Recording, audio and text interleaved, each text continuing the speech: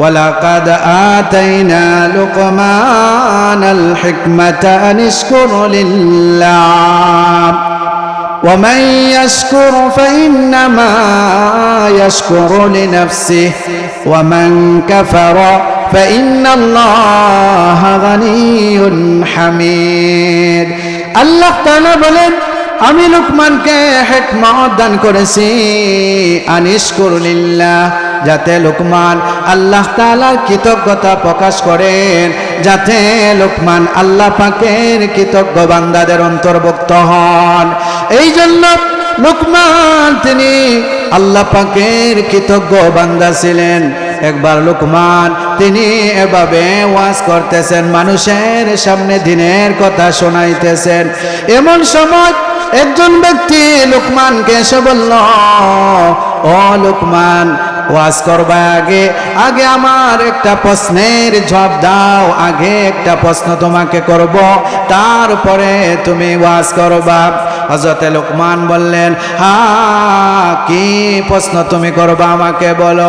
ওই ব্যক্তি বলল, ও লুকমান, তুমি কি সেই লুকমান যে জঙ্গলের মধ্যে আমার সাথে ছাগল চড়াইতেন? লুকমান বললেন, হ্যাঁ, আমি সেই লুকমান যে লুকমান তোমার সাথে জঙ্গলের মধ্যে আমি ছাগল চড়াইতাম, আমি হলাম সেই লুকমান।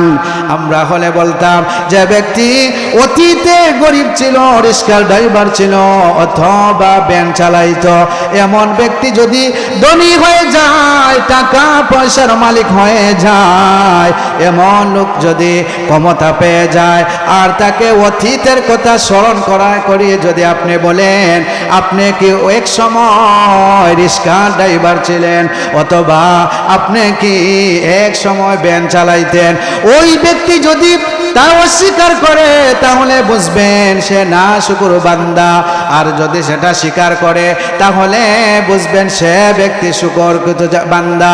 এই জন্য লুকমান তিনি আল্লাহ পাকের কৃতজ্ঞ বান্দা ছিলেন, সাথে সাথে তিনি সেটাকে তিনি কি করলেন, কি প্রমাণ করে দিলেন। অর্থাৎ তিনি যে এক সময় ছাগল চড়াইতেন, অতীতের কথা তিনি স্বীকার করে দিলেন। সুবহানাল্লাহ। আলহামদুলিল্লাহিল্লাযী হাদানা লিল ইসলাম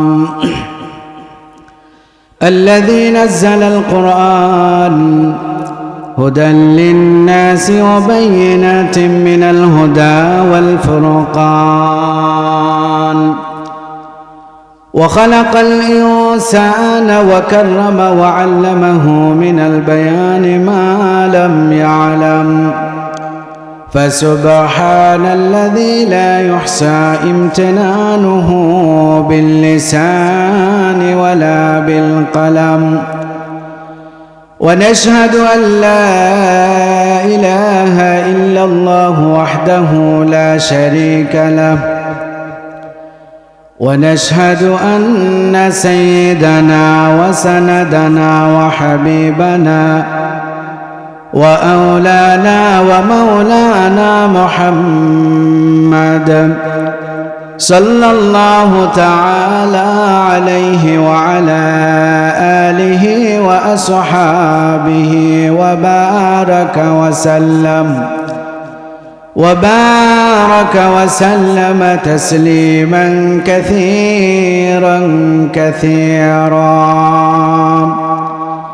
أما بعد فأعوذ بالله من الشيطان الرجيم بسم الله الرحمن الرحيم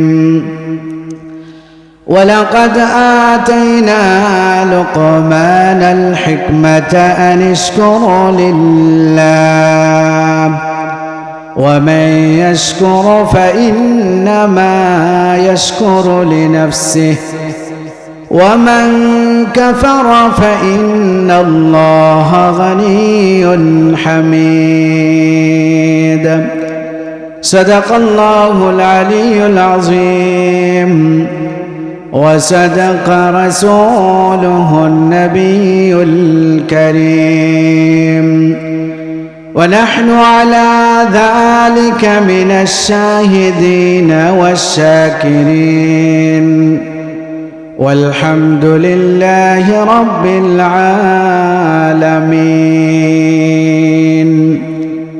سبحانك لا علم لنا إلا ما علمتنا إنك أنت العليم الحكيم الحمد لله নুরুল উলুম মাদ্রাসা রামপুর সানপুর বার্ষিক ইসলামী মহাসম্মেলন। আজকের সম্মেলনের সম্মানিত সভাপতি সাহেব, উপস্থিত উলামায়ে কেরাম, পর্দায় অবস্থানরত আমার মা ও বোনেরা, সর্বপ্রথম ওই আল্লাহ তাআলার শুকরিয়া আদায় করছি যে আল্লাহ রব্বুল আলামিন আমাদেরকে আশিকিন, শাকিরিন, জাকিরিন, রহমতি, বরকতি, জান্নাতি বাগানে আসার বসার তৌফিক দান করেছেন। এই জন্য মহান রব্বে কারিমের দরবারে আমরা কালিমাতুশ শুকর আদায় করি আলহামদুলিল্লাহ। আজকে আমাদের জন্য আনন্দের বিষয় যে আমাদের এলাকার মাদ্রাসার বার্ষিক জলসা, উলামায়ে কেরামগণ আসবেন, কোরআন এবং হাদিসের কথা বলবেন। আমরা আমাদের দুনিয়ার বিভিন্ন কাজ থেকে ফারিগ হয়ে আমরা যত তাড়াতাড়ি সম্ভব আমরা প্যান্ডেলের নিচে এসে পড়ি। এখানে বসলে আল্লাহ তাআলা গুনাহ মাফ করেন, দরজা বুলন্দ করেন। এই বাগানের মধ্যে বসলে আল্লাহ তাআলা গুনাহ মাফ করে দেন। এই জন্য মুহতারাম হাজিরিন, আপনারা যে যেখানে আছেন এখানে আসেন। মাদ্রাসার জলসা যেভাবে কামিয়াব হয়, কামিয়াবি লক্ষ্যে আমরা মাদ্রাসার আজকে সময় দিই। আমরা তো আমাদের পরিবারের জন্য সব সময় দিতেছি। এই প্রতিষ্ঠানের মহব্বতে, আল্লাহর মহব্বতে, দ্বীনের মহব্বতে আমরা এখানে সময় দিতাম। আর এই সমস্ত মাদ্রাসা সব জায়গায় হওয়া দরকার। কারণ হলো বর্তমানে বাংলাদেশে অনেক নাস্তিক মুরতাদ অনেক আছে যারা ইসলামকে নিশ্চিহ্ন করে দিতে চায়। এই দেশ থেকে ইসলামকে তারা নিশ্চিহ্ন করে দিতে চায়, কিন্তু তারা জানে না আমাদের এই বাংলাদেশ, সোনার বাংলাদেশ, এটা ইসলামের জমিন, কোরআনের জমিন। বাংলাদেশে ইসলাম কচুরি ফেনার ন্যায় আসে নাই। এই দেশে ইসলামের শুরু লগ্নেই সাহাবায়ে কেরামদের পথ পড়েছে আলহামদুলিল্লাহ। মক্কা থেকে 4 জন সাহাবী এসেছিলেন, 2 জন বাংলাদেশে, 1 জন মঙ্গোলিয়ায়, আর 1 জন চায়নায়। তাদের এই জমিনে তাদের কদম পড়েছে। এই জমিনে আল্লামা জুনাইদ বাবনগরী রহমতুল্লাহি আলাইহি মেহনত করেছেন। এই জমিনে শাহজালাল রহমতুল্লাহি আলাইহি মেহনত করেছেন। এই জমিনে হাফিজ জিউজুর রহমতুল্লাহি আলাইহি চোখের পানির সাক্ষী। এই জমিনে শামসুল হক ফরিদপুর রহমতুল্লাহি আলাইহি চোখের পানির সাক্ষী। এই জমিনে আল্লামা শাইখে বাগা, শাইখে বয়ামপুরি এই জমিনে মেহনত করেছেন। সুতরাং যারা এই দেশ থেকে ইসলামকে নিশ্চিহ্ন করে দিতে চায়, এই দেশ থেকে যারা ইসলামকে নিশ্চিহ্ন করে দিতে চায়, তারা যেন এই দেশের প্রকৃত সন্তানদের কথা একবার শুনে এবং হুঙ্কার শুনে যে 1971 সালে বাংলাদেশ স্বাধীন করার জন্য একবার যুদ্ধ হয়েছিল। 2024-এ আবার এই দেশকে স্বাধীন করতে যুদ্ধ করতে হয়েছে। ইসলাম রক্ষায়, কোরআন রক্ষায়, দ্বীন রক্ষায়, মাদ্রাসা রক্ষায় যদি আবার যুদ্ধ করতে হয়, আবার যুদ্ধ হবে, আবার যুদ্ধ হবে। এই জন্য এই সমস্ত প্রতিষ্ঠান সব সময় জারি থাকবে। এই প্রতিষ্ঠানকে কেউ নিশ্চিহ্ন করতে পারবে না। মুহতারাম হাজিরিন, সময় অল্প, আমি আপনাদের সামনে আল্লাহ পাকের কালামের সূরাতুল লুকমানের 12 এবং 13 নম্বর আয়াত তেলাওয়াত করেছি। তেলাওয়াতকৃত আয়াতে আল্লাহ তাআলা বলেন, ওয়ালাকাদ আতাইনা লুকমানাল হিকমাতা আন ইশকুর লিল্লাহ ওয়া মান ইয়াশকুর ফাইন্নামা ইয়াশকুরু লিনাফসিহি ওয়া মান কাফারা ফাইন্নাল্লাহা গানিয়্যুন হামিদ। আল্লাহ তাআলা বলেন, আমি নিশ্চয় লোকমানকে হিকমত দান করেছি, লোকমানকে আমি হিকমত দান করেছি আনিশকুরু লিল্লাহ, যাতে লোকমান আমার কৃতজ্ঞতা প্রকাশ করে, যাতে লোকমান কৃতজ্ঞ বান্দাদের অন্তর্ভুক্ত হয়ে যায়।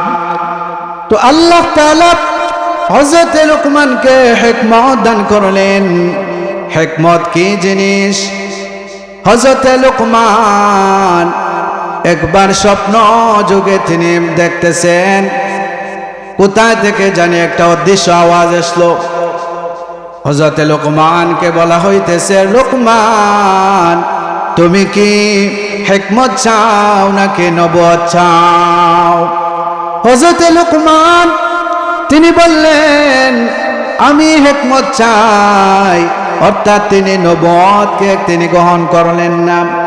অথচ নবুয়ত এটা আল্লাহ তাআলার পক্ষ থেকে একটা নিয়ামত।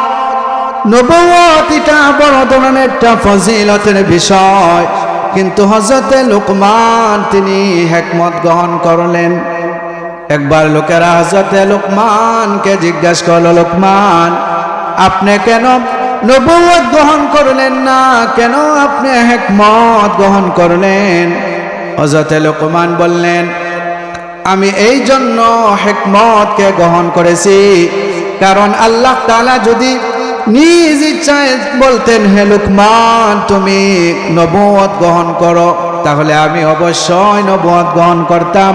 কিন্তু যেহেতু আল্লাহ তাআলা ইখতিয়ার দিয়েছেন, আমি না চেয়ে আমি কি হিকমত নিয়েছি, কারণ আমি চেয়ে যদি নবুয়ত নিতাম আর এই নবুয়ত পালন করতে আমার দ্বারা কোনো ধরনের কোনো ভুলভ্রান্তি হতো, হাসরের ময়দানে আল্লাহর কাঠগড়ায় আমাকে জবাব দিতে হতো। সুবহানাল্লাহ। এই জন্য লোকমান তিনি হিকমত গ্রহণ করলেন। আল্লাহ বলেন, ওয়ালাকাদ আতাইনা লুকমানাল হিকমা, আমি লোকমানকে হিকমত দান করেছি। হযরত লোকমান তিনি নবী ছিলেন না, বরং একজন আল্লাহর ওলি ছিলেন, এবং তিনি হিকমত পূর্ণ একজন লোক ছিলেন। ওনার বুদ্ধি খুবই তীক্ষ্ণ বুদ্ধি ছিল। কিভাবে? একবার লোকমান তিনি একজন মালিকের কাজ করতেন, এক মালিকের ছাগল ডাকতেন। একবার মালিক হযরত লোকমানকে বললেন, হে লোকমান তুমি আমার জন্য কি করো, একটা ছাগল জবাই করো, আর ওই ছাগলের যে উৎকৃষ্ট যে জিনিসটা আছে সেটা তুমি আমার জন্য নিয়ে আসবা। হযরত লোকমান একটা ছাগল জবাই করলেন। ছাগল জবাই করে ওই ছাগল থেকে জিহ্বা এবং কলিজাটা নিয়ে আসলেন। এবার মালিকের সামনে যখন রাখা হলো, মালিক বললেন, লোকমান তুমি আরেকটা ছাগল জবাই করো, ওই ছাগলের নিম্ন যে জিনিস, নিকৃষ্ট জিনিসটা তুমি আমার জন্য নিয়ে আসবা। হযরত লোকমান তিনি এবার আরেকটা ছাগল জবাই করলেন। এবার ছাগল জবাই করার পর ওই ছাগলের মধ্যে যে কলিজা এবং জিহ্বা আছে সেটা আবার নিয়ে আসলেন। মালিক বললেন, হে লোকমান তুমি কি আমার সাথে মস্করা করতেছো? আমার সাথে কি তুমি মজা করতেছো? প্রথম ছাগলের সময় তুমি জিহ্বা এবং কলিজা নিয়ে আসলা, দ্বিতীয়বার আবার কলিজা এবং তুমি জিহ্বা নিয়ে আসলা, এটার কারণ কি? হযরত লোকমান বললেন, মালিক প্রথম যে আপনি বলছিলেন যে ছাগলের উৎকৃষ্ট জিনিসটা নিয়ে আসার জন্য, ওই সময়ও আমি জিহ্বা এবং কলিজাটা নিয়ে এসেছি। আবার যখন বললেন ছাগলের যে নিকৃষ্ট জিনিস আছে ওই জিনিসটা নিয়ে আসার জন্য, এবারও আমি ছাগলের জিহ্বা এবং কলিজাটা নিয়ে এসেছি। মালিক শুনেন, কোন জিনিসের জিহ্বা এবং কলিজা যদি নষ্ট হয়ে যায় তাহলে সব নষ্ট হয়ে যায়, আর যদি কোনো জিনিসের জিহ্বা এবং কলিজা ভালো থাকে তাহলে ওই জিনিসের অর্থাৎ ওই জিনিসটাও ভালো থাকে। অর্থাৎ কোনো জিনিসের জিহ্বা এবং কলিজা এটা যদি নষ্ট হয়ে যায় তাহলে সব নষ্ট হয়ে যায়, আর জিহ্বা এবং কলিজাটা যদি ভালো থাকে তাহলে সব ভালো থাকে। মুহতারাম হাজিরিন, আমরা সবাই দায়িত্বশীল। নবী বলেন, বুখারী এবং মুসলিম শরীফের হাদিস, নবীজি বলেন কুল্লুকুম রাইন ওয়া কুল্লুকুম মাসউলুন আন রাইয়াতিহি, যে তোমরা প্রত্যেকেই দায়িত্বশীল, সুতরাং তোমাদেরকে প্রত্যেকের দায়িত্বের সম্পর্কে জিজ্ঞাসা করা হবে। যে ব্যক্তি একটা পরিবারের প্রধান তাকে এই পরিবার সম্পর্কে জিজ্ঞাসা করা হবে। যে একটা ওয়ার্ডের দায়িত্বে মেম্বার তাকে ওয়ার্ড সম্পর্কে জিজ্ঞাসা করা হবে। যে ব্যক্তি একটা ইউনিয়নের দায়িত্বে আছে চেয়ারম্যান তাকে ইউনিয়ন সম্পর্কে জিজ্ঞাসা করা হবে। একজন মন্ত্রী এমপিকে থানা সম্পর্কে জিজ্ঞাসা করা হবে। যে এই রাষ্ট্রের প্রধান তাকে রাষ্ট্র সম্পর্কে জিজ্ঞাসা করা হবে। ঠিক তেমনি ভাবে আমাদের সন্তানের দায়িত্বশীল আমরা, আমাদের সন্তান কি মাদ্রাসায় লেখাপড়া করেছে কিনা, এই সন্তান কি ইসলামী শিক্ষায় শিক্ষিত হয়েছে কিনা, এই সন্তানের দ্বারা কি কোনো ধরনের কোনো খারাপ কাজ হয় কিনা, সেগুলোর জন্য আমাদেরকে জিজ্ঞাসা করা হবে। হাসরের ময়দানে আল্লাহর কাছে জিজ্ঞাসা করা হবে। এই জন্য আমরা প্রত্যেকেই দায়িত্বশীল। আমরা আমাদের সন্তানকে এই সমস্ত প্রতিষ্ঠানে যখন দেব তখন এই সন্তান বড় হয়ে আমাদের জন্য দোয়া করবে, রব্বিরহামহুমা কামা রব্বায়ানি সগীরা।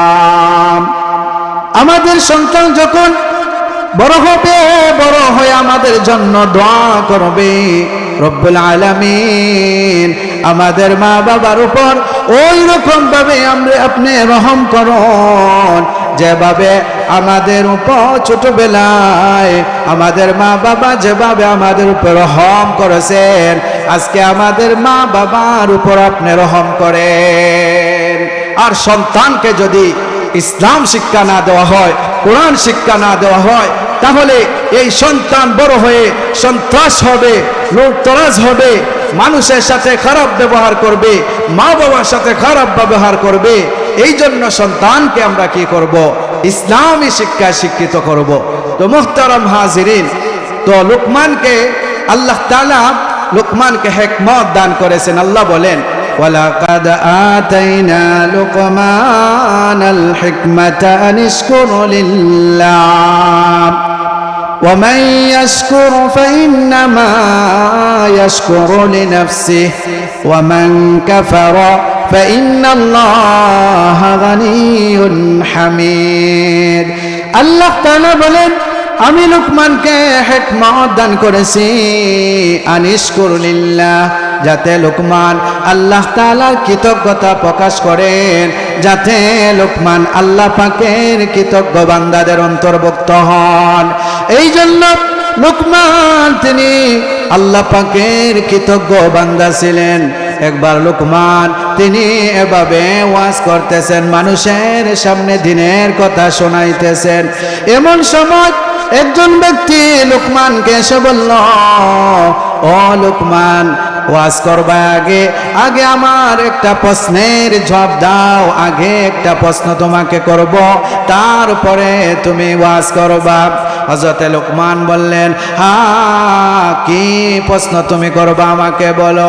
ওই ব্যক্তি বলল, ও লুকমান, তুমি কি সেই লুকমান যে জঙ্গলের মধ্যে আমার সাথে ছাগল চড়াইতেন? লোকমান বললেন, হ্যাঁ আমি সেই লোকমান, যে লোকমান তোমার সাথে জঙ্গলের মধ্যে আমি ছাগল চড়াইতাম, আমি হলাম সেই লোকমান। আমরা হলে বলতাম যে ব্যক্তি অতীতে গরিব ছিল, রিক্সার ড্রাইভার ছিল অথবা ভ্যান চালাইতো, এমন ব্যক্তি যদি ধনী হয়ে যায়, টাকা পয়সার মালিক হয়ে যায়, এমন লোক যদি ক্ষমতা পেয়ে যায় আর তাকে অতীতের কথা স্মরণ করিয়ে যদি আপনি বলেন আপনি কি এক সময় রিক্সার ড্রাইভার ছিলেন অথবা আপনি কি এক সময় ভ্যান চালাইতেন, ওই ব্যক্তি যদি তা অস্বীকার করে তাহলে বুঝবেন সে না শুকর বান্দা, আর যদি সেটা স্বীকার করে তাহলে বুঝবেন সে ব্যক্তি শুকরকৃত বান্দা। এই জন্য লোকমান তিনি আল্লাহ পাকের কৃতজ্ঞ বান্দা ছিলেন, সাথে সাথে তিনি সেটাকে তিনি কি করলেন, কি প্রমাণ করে দিলেন, অর্থাৎ তিনি যে এক সময় ছাগল চড়াইতেন অতীতের কথা তিনি স্বীকার করে দিলেন। সুবহানাল্লাহ। আউলিয়ারা কার ওকবা ইখতিয়ার, জাহেলারা কার দুনিয়া ইখতিয়ার, মইলে মুমিন সোয়ে মুমিন মিশাওয়াদ, মইলে কাফের সোয়ে কাফের মিশাওয়াদ, সোহবতে সালেহ তোরা সালেহ কুনন, সোহবতে তালেহ তোরা তালেহ কুনন, এক জমানা সোহবতে বা আউলিয়া, বেহতর আজ সাজা সালে তাআত বেরিয়া। মুহতারাম হাজিরিন, আল্লাহর ওয়ালিগণ এমন হয়ে থাকেন, আল্লাহর ওয়ালিদের সোহবতে যারা থাকবে তারাও আল্লাহর ওয়ালিতে পরিণত হয়ে যায়। এই জন্য আল্লাহ তাআলা বলেন, আলা ইন্না আউলিয়া আল্লাহ লা খাউফুন আলাইহিম ওয়ালা হুম ইয়াহজানুন। আল্লাহর ওয়ালি যারা হবে তাদের ভয় নেই, তাদের টেনশন নেই, তাদের কোনো চিন্তা নেই। এই জন্য হযরত লোকমান তিনি তার সন্তানকে ওয়াজ করতেছেন, ওয়াজ, ওয়া ইযা ক্বালা লোকমানু লিবনিহি ওয়া হুয়া ইয়াইযুহু ইয়া বুনাইয়া লা তুশরিক বিল্লাহ ইন্নাশ শিরকা লাযুলমুন আযীম। হযরত লোকমান তিনি তার সন্তানকে ওয়াজ করতেছেন, তিনি বলতেছেন, হে আমার বৎস, হে আমার সন্তান, লা তুশরিক বিল্লাহ, তুমি আল্লাহর সাথে শরীক করিও না, আল্লাহ তাআলার সাথে তুমি শিরিক করিও না। কারণ হলো শিরিক এমন এক জিনিস, ইন্নাশ শিরকা লাযুলমুন আযীম, শিরিক এমন একটা ভয়াবহ জুলুম, যে গুনাহ আল্লাহ তাআলা কখনো ক্ষমা করেন না। শিরিক গুনাহ এটা আল্লাহ তাআলা কখনো ক্ষমা করেন না। এই জন্য শিরিক সম্পর্কে আল্লাহ তাআলা বলেন 5 নম্বর পারার 16 নম্বর পৃষ্ঠা সূরাতুন নিসার 116 নম্বর আয়াতে আল্লাহ তাআলা বলেন, ইন্নাল্লাহা লা ইয়াগফিরু আন ইউশরাকা বিহি ওয়া ইয়াগফিরু মা দুনা যালিকা লিমান ইয়াশা। শিরিক সম্পর্কে আল্লাহ তাআলা বলেন, নিশ্চয় আল্লাহ তাআলা শিরিক গুনাহ ক্ষমা করবেন না, ওয়া ইয়াগফিরু মা দুনা যালিকা লিমান ইয়াশা। শিরিক ব্যতীত যত গুনাহ আছে আল্লাহ তাআলা চাইলে ক্ষমা করেও দিতে পারেন, কিন্তু শিরিক গুনাহ আল্লাহ তাআলা কখনো ক্ষমা করবেন না। মুহতারাম হাজিরিন, শিরিক সম্পর্কে আল্লাহর নবীকে আল্লাহ তাআলা বলতেছেন, লা ইন আশরাকতা লা ইয়াহবাতান্না আমালুকা ওয়া লা তাকুনান্না মিনাল খাসিরিন। শিরিক সম্পর্কে আল্লাহ তাআলা বলেন, নবী আমার আপনিও যদি শিরিক করেন, আপনিও যদি আল্লাহ তাআলার সাথে শরীক করেন, তাহলে লা ইয়াহবাতান্না আমালুক, আপনার আমল ধ্বংস হয়ে যাবে। ওয়ালা তাকুনান্না মিনাল খাসিরিন, এবং আপনি ধ্বংসশীলদের অন্তর্ভুক্ত হয়ে যাবেন। এই জন্য শিরিক গুনাহ কখনো করা যাবে না। তো মুহতারাম হাজিরিন, লুকমান তিনি তার সন্তানদেরকে উপদেশ দেন যে কাহার আল্লাহর সাথে কি করা যাবে না, কখনো শিরিক গুনাহ করা যাবে না। মুহতারাম হাজিরিন, আমরা জানি আমাদের এই দেশের মধ্যে সাম্প্রদায়িক একটা বিষয় চলতেছে, যে কিছুদিন আগে আপনারা জানেন যে এই দেশের মধ্যে দিনে দুপুরে আদালত প্রাঙ্গণে একজন আইনজীবীকে হত্যা করা হয়েছে, ঠিক কিনা?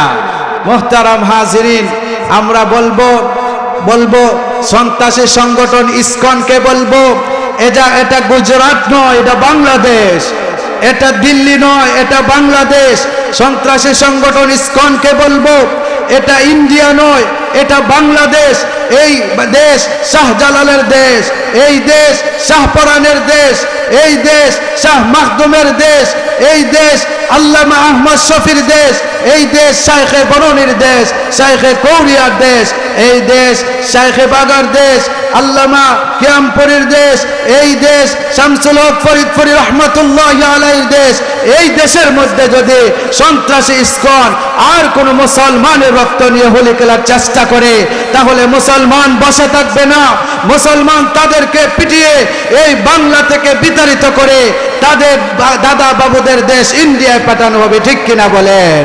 আমরা সরকারকে বলে দিতে চাই, সরকার বাবু সাইফুল ইসলাম আলিফকে যেভাবে দিনে দুপুরে 90 ভাগ মুসলমানদের দেশে হত্যা করা হয়েছে, এই হত্যার সাথে যারা জড়িত তাদেরকে অচিরেই তাদেরকে গ্রেফতার করে দৃষ্টান্তমূলক শাস্তি দেওয়া হোক, ঠিক কিনা বলেন? আরো আমি দাবি জানাইতেছি, এই দেশে ইসকনের যত কার্যকলাপ আছে সব কার্যকলাপ বাংলাদেশের মধ্যে বন্ধ হতে হবে, সব কার্যকলাপ নিষিদ্ধ করতে হবে। এটা বাংলাদেশের 90% মুসলমানদের দাবি, ঠিক কিনা বলেন?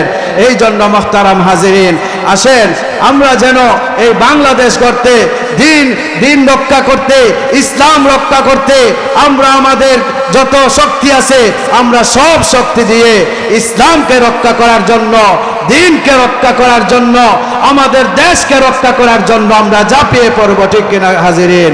মুহতারাম হাজিরিন, এই জন্য আজকে আমাদের এলাকার রামপুর সানপুর মাদ্রাসার এখানে নুরুল মাদ্রাসার বার্ষিক জলসা, এই জলসাতে উলামায়ে কেরামগণ আসবেন, কথা বলবেন। এই জন্য আমরা দেরি না করে আমরা এখানে আসি, কথা বলবেন, আমরা শুনি, ইনশাল্লাহ ফায়দা হবে। কারণ যদি আমরা আমাদের সন্তানদেরকে দ্বীন শিক্ষা না দেই, যদি আমাদের সন্তানকে কোরআন শিক্ষা না দেই, যদি আমাদের সন্তানদেরকে ইসলাম শিক্ষা না দেই, তাহলে এই সন্তান হয়তো নাস্তিক হতে পারে, মুরতাদ হতে পারে। এই সন্তান কোরআন বিরোধী হবে, মাদ্রাসা বিরোধী হবে। আর যদি আমরা আমাদের সন্তানদেরকে কোরআন শিক্ষা দেই, হাদিস শিক্ষা দেই, মাদ্রাসায় দেই, তাহলে এই সন্তান কোনদিন কি সন্ত্রাস হবে না, এই সন্তান কোনদিন রাজাকার হবে না, এই সন্তান কোনদিন মানুষকে কষ্ট দিবে না, মা বাবাকে কষ্ট দিবে না। এই জন্য আমরা আমাদের সন্তানদেরকে মাদ্রাসায় পড়াবো, মাদ্রাসায় তাদেরকে আমরা লেখাপড়া করাবো। আল্লাহ তাআলা আমাদেরকে